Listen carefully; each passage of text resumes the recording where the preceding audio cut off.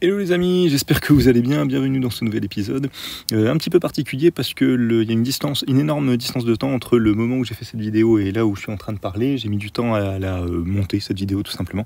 Et surtout là je suis en vacances à la montagne, donc du coup je suis en train de vous parler au beau milieu de la montagne entourée d'arbres. Donc si vous entendez des bestioles, du vent, tout ça et un peu de pluie parce qu'il pleut un peu, c'est normal. Ne vous inquiétez pas, il n'y a pas d'inondation chez moi. Bref, ceci étant dit. Qu'est-ce qu'on fait dans cet épisode, les amis? En fait, je reviens sur un live que j'avais fait le mardi soir sur Instagram et je profite de ces lives pour essayer de faire de nouvelles vidéos justement, et là en fait c'était sur le principe de faire des portraits d'auteurs, d'illustrateurs, de dessinateurs qui m'ont vraiment chamboulé le cerveau à l'époque et même encore maintenant, et donc forcément je pouvais difficilement passer à côté de Akira Toriyama. Que je suis en train de dessiner en ce moment. J'espère qu'on le reconnaîtra. À la fin de la vidéo, j'ai l'impression qu'on le reconnaît pas trop. Les personnes du live m'ont dit que si, donc bon, écoutez. Bon voilà, je vous le dis quand même au cas où. Et pourquoi Akira Toriyama? Pour beaucoup de raisons, hein, comme beaucoup de personnes nées dans les années 80, il a un peu bercé mon enfance, donc forcément. Ça joue un petit peu, avec notamment Dragon Ball Z, Dr. Slump, voilà, tous ces... et après j'ai découvert Sandman aussi Sandman, excusez-moi, en manga, et puis d'autres choses, et notamment L'apprenti mangaka, c'est j'en ai parlé pendant le live, et je voulais vous en parler parce que c'est un des premiers bouquins, tutoriel quelque part de dessin que j'ai eu entre les mains, vraiment pour avoir les bases un petit peu du dessin manga, hein, ce qu'on appelait le dessin manga à l'époque, bref, et avoir les bases de comment narrer une histoire, le cadrage, la mise en page, tout ce genre de choses. Alors moi à l'époque je l'avais chopé en PDF, je m'en rappelle, c'était les premiers temps d'internet et j'avais réussi à choper ça en PDF, j'étais tout fou, je l'avais imprimé, je l'avais relié les copains, je l'avais relié moi-même, tellement j'avais l'impression d'avoir découvert le Graal, et déjà d'un auteur que j'adore, et en plus un truc pour apprendre à dessiner, pour moi voilà, c'était le Graal du Graal, hein, forcément. Et du coup voilà, j'ai fait mes premiers pas en... j'allais dire un petit peu BD, j'ai jamais vraiment fait de BD, mais en BD dessin, en tout cas de manière un peu plus professionnelle avec ce livre. Et du coup, voilà, c'est tout ce que j'avais à dire. Allez, prenez soin de vous, à la prochaine, salut, je déconne. Et donc voilà, ouais, qu'est-ce qui m'a plu forcément, c'est chez Akira Toriyama, comme beaucoup de monde, c'est voilà, les débuts du manga, les débuts de l'animé, on se prend ça dans la tronche avec bien sûr le Club Dorothée, hein, je vais pas revenir dessus, hein, si ceux qui sont nés dans les années 80, début 90 connaissent un petit peu le truc. Et donc déjà ça, et moi ce qui m'avait vraiment choqué déjà à l'époque, c'est l'épisode, je saurais plus vous dire lequel, mais c'est dans Dragon Ball où Sangoku rencontre Harale, donc l'héroïne de Dr. Slump. J'espère qu'on dit bien Harale parce que ça fait trop longtemps que je l'ai pas vu et je me rappelle plus. Bref. Et tout ce truc là, et dans ma tête ça a vraiment fait un espèce de mini Big Bang où je me suis dit mais attends, ils se rencontrent, donc ça veut dire qu'on est dans le même univers, donc voilà, plein de trucs qui me sont venus en tête. Je devais avoir, à l'époque quand j'ai vraiment réalisé ça, je devais avoir une dizaine d'années, un truc comme ça, et j'ai trouvé ça fou. Et j'ai toujours été un peu à la recherche des auteurs qui ont, en tout cas, vraiment des auteurs dessinateurs, plus que juste des dessinateurs, mais vraiment des auteurs dessinateurs qui ont réussi à créer une espèce de... comment on dit ça, de cohérence en fait dans leurs différents univers. On retrouve ça chez Tolkien, hein, notamment, où voilà, tout se passe dans le même monde. Enfin, on retrouve ça chez beaucoup d'auteurs d'heroic fantasy, hein, forcément. Et voilà, réussir à faire, à avoir une cohérence, à faire coïncider, c'est pas le bon mot, je sais pas si c'est... enfin bref, à réussir à faire en sorte que deux personnages de deux univers différents se rencontrent, ça m'a toujours fasciné. Et notamment là, à la fois, alors les débuts de Dragon Ball, c'est vrai que ça ressemble quand même assez à Dr. Slump au niveau de la narration et au niveau de... comment dire, des stéréotypes un peu, de personnages un peu, le côté un peu bourrin et bagarreur d'Harale, on le retrouve chez Goku au début, enfin bref, il y a beaucoup de trucs comme ça, mais voilà, voir les deux se rencontrer, j'ai trouvé ça assez fou, et du coup, à chaque fois, quand le peu de choses que j'écris, hein, parce que je suis pas non plus un grand... Voilà, bref, on s'en fout, j'essaye vraiment de mettre ça en image, parce que de garder ça à l'esprit, d'avoir de la cohérence dans ce que je raconte, et vraiment faire s'entremêler plusieurs histoires comme ça. Je trouve que moi ça me fascine beaucoup. Bref. Et qu'est-ce que je voulais vous dire d'autre? Je vais faire une petite pause, je vais vous parler de la technique quand même, parce que là du coup c'est mon combo habituel, hein. Mon combo habituel, je démarre avec du polychromos pour le croquis. Polychromos, qui est un crayon à base d'huile, très intéressant, qui se gomme pas bien, mais justement moi c'est ce qui m'intéresse, c'est le fait de pouvoir garder chaque trait. Par contre il est hyper agréable à utiliser, ça sur n'importe quel papier. Là on est sur du papier Paper Blanks 200 grammes mais ultra lisse. On n'est pas sur du Bristol, mais on n'est pas loin.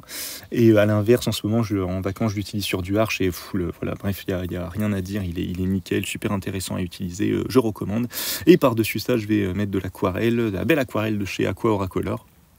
De aquarelle artisanale, de l'aquarelle fait main les amis, avec de très belles couleurs. Et je ne me rappelle plus avec quoi je vais finir. Je crois que je vais juste revenir avec le Polychromos et encore une fois avec les Caran d'Ache, les Neocolor 2. J'arrive pas à trouver encore vraiment comment les utiliser. Vous allez voir, je fais du fond avec à la fin. J'aime bien parce que ça fait une texture complètement différente. Donc avec d'autres techniques, il y a un contraste, mais en les utilisant seuls, je me rends compte que c'est pas trop mon truc. Ça se casse trop rapidement en plus. Donc il y a un côté un peu comment on dit ça, un animal un peu instinctif avec ça, parce qu'on les prend un petit peu comme des craies, donc on y va un petit peu comme enfin moi j'arrive pas à y aller doucement avec, j'y vais un peu comme un bourrin, mais je me rends compte, petite mouche se balade, c'est l'été, hein. N'importe quoi, j'ai perdu le fil du coup. Oui, et du coup, les Neocolor 2, j'arrive pas encore à trouver leur vraiment un vrai truc avec, donc il faut que je les bosse un peu plus. Bref, on s'en fout. Voilà un petit peu pour l'aspect technique. Qu'est-ce que je peux vous dire d'autre, les amis? Ça a été compliqué de trouver une image d'Akira Toriyama. Je me suis rendu compte qu'il n'y a pas tant de photos de lui. Et je me rends compte que, étant pourtant assez fan de tout ce qu'il a fait, je ne me suis pas assez renseigné sur lui, donc je ne saurais même pas vous dire là à l'heure actuelle. Et comme je capte mal à l'endroit où je suis, je ne peux même pas faire de recherche. Mais ce qu'il a fait, comment il en est arrivé à Dragon Ball, voilà, tout ça. Ce qui est très con de ma part, parce que c'est un peu con de faire une vidéo là-dessus, sur Akira Toriyama, et de ne pas vous en parler un minimum. Mais bon, après c'est quand même un auteur hyper connu, et après, à chaque fois que je fais ce genre de vidéo, je me dis... il y a énormément de gens qui ont fait, notamment sur Akira Toriyama, qui ont fait des vidéos YouTube, des vidéos voilà, qui retranscrivent un peu la vie de l'auteur, ce qu'il a fait, comment il en est arrivé là, ce genre de choses. Donc je me dis, est-ce que je rajoute une couche là-dessus, ou est-ce que j'essaye d'apporter un peu moi ce qui m'anime par rapport à lui. Donc c'est ce que j'essaye de faire en bafouillant très souvent dans mes vidéos, et voilà, c'est ce que j'essaye un petit peu de vous transmettre, hein, si transmission il y a, parce que bon, n'importe quoi. Bref, et du coup j'ai trouvé cette photo là, il y a les photos habituelles où il est en autoportrait de face, assez j'allais dire assez triste, c'est pas le bon mot, mais sérieux, ouais, il rigole pas, pour un auteur qui fait autant d'histoires extravagantes, rigolotes et tout ça. Je trouve ça assez étonnant à chaque fois de voir des photos très calmes posées de ces auteurs là, souvent des auteurs japonais ou chinois d'ailleurs. C'est assez je sais pas, j'ai l'impression de retomber souvent sur ce type de photos, et là j'en ai trouvé une vachement sympa où justement je pense qu'il est à son atelier. Il est en train de dessiner, donc il a sa plume dans les mains que j'ai essayé de retranscrire comme je pouvais. Et derrière, normalement, si mes souvenirs sont bons, parce que la vidéo date un peu, il y a des pages, si je dis pas de bêtises, alors je sais plus si c'est des pages de son de Dragon Ball ou autre chose, mais enfin il y a des trucs derrière. Je sais plus si j'ai essayé de les faire ou pas. J'ai un gros doute sur ce que je suis en train de dire. Si ça se trouve, il n'y a pas de page du tout. Ah mon Dieu. Enfin bref. Et du coup, voilà, pour le coup, je l'ai trouvé vachement sympa parce qu'il est en train de sourire, on sent qu'il est en plein en train de bosser, et du coup, voilà. Et l'apprenti mangaka, ce que j'ai trouvé super sympa, c'est un de ses premiers bouquins. Si vous ne l'avez pas lu, c'est chez Glénat. Si vous ne l'avez pas, chopez-le, parce que pour n'importe qui aime Akira Toriyama, et pour n'importe qui se lance un peu dans le dessin, il est encore très actuel, quoi. C'est vraiment très, entre guillemets, basique, mais c'est raconté d'une manière tellement enjouée, tellement rigolote, que je trouve ça... c'est ce qui m'a choqué aussi dans ce livre. C'est un des premiers livres que j'ai eu dans les mains qui faisait ça, quoi. La plupart des bouquins, maintenant c'est un peu légion, mais la plupart des bouquins qu'on avait de dessin à mon époque, les copains, à mon époque, et ben il y avait pas... c'était juste des bases de dessin. Si tu veux faire un corps, c'est comme ça, il faut connaître ta morpho, il faut connaître tes os, il faut connaître tes muscles, machin, tu vois, voilà, un peu ce genre de choses. Je me mets à tutoyer, je sais pas pourquoi, bref. Et alors que là, on a juste quelqu'un qui nous raconte de manière un peu rigolote, tout en, bien sûr, en donnant des bases solides, hein, mais qui nous raconte un peu de manière rigolote comment construire un dessin, comment construire une histoire. Ce que j'avais pas dans le PDF, qui est super intéressant à la fin de l'apprenti mangaka, c'est qu'en fait, des jeunes futurs auteurs, dessinateurs lui ont envoyé des pages, et du coup, il les corrige. Du coup, il y a des choses super intéressantes, et de voir un petit peu ces corrections, c'est vraiment intéressant de voir comment il fonctionne. comment il réagit par rapport à certaines pages. Et on pourrait croire qu'il va être un peu cassant, et il l'est jamais, quoi. Enfin, dans ce que j'ai lu, en tout cas, à chaque fois, il trouve ce qu'il y a de bon, et il dit en effet ce qui va pas.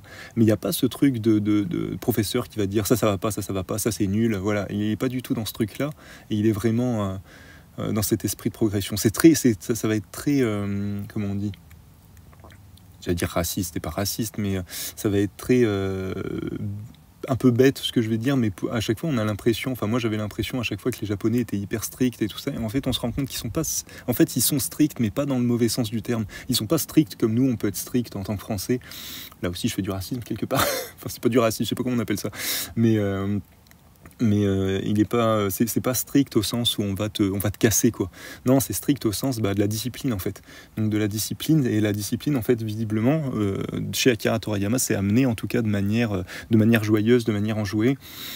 Et pour autant, c'est un mec qui bosse comme un taré, quoi. C'est les mangaka d'ailleurs de base, quand on voit que nous, on met 1 an à sortir un album BD en France et que eux, ils te sortent, je crois, quoi, entre une vingtaine et une quarantaine de pages tous les 2 mois.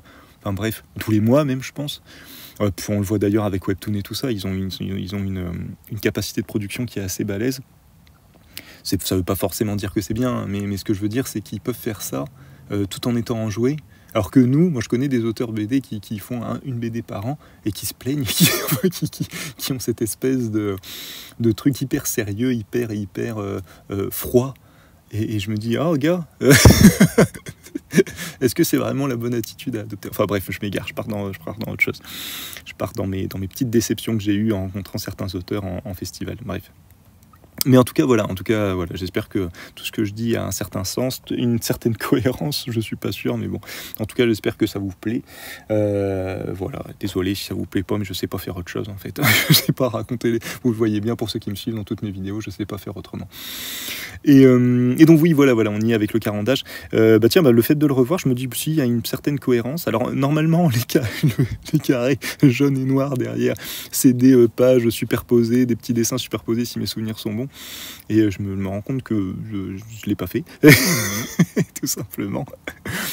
Mais voilà, je voulais pas m'étendre aussi bien sûr sur le truc à l'arrière, quoi. C'est pas non plus l'idée. L'idée, c'était donner de l'importance à l'auteur de manière générale et pas forcément au fond, parce que sinon, voilà.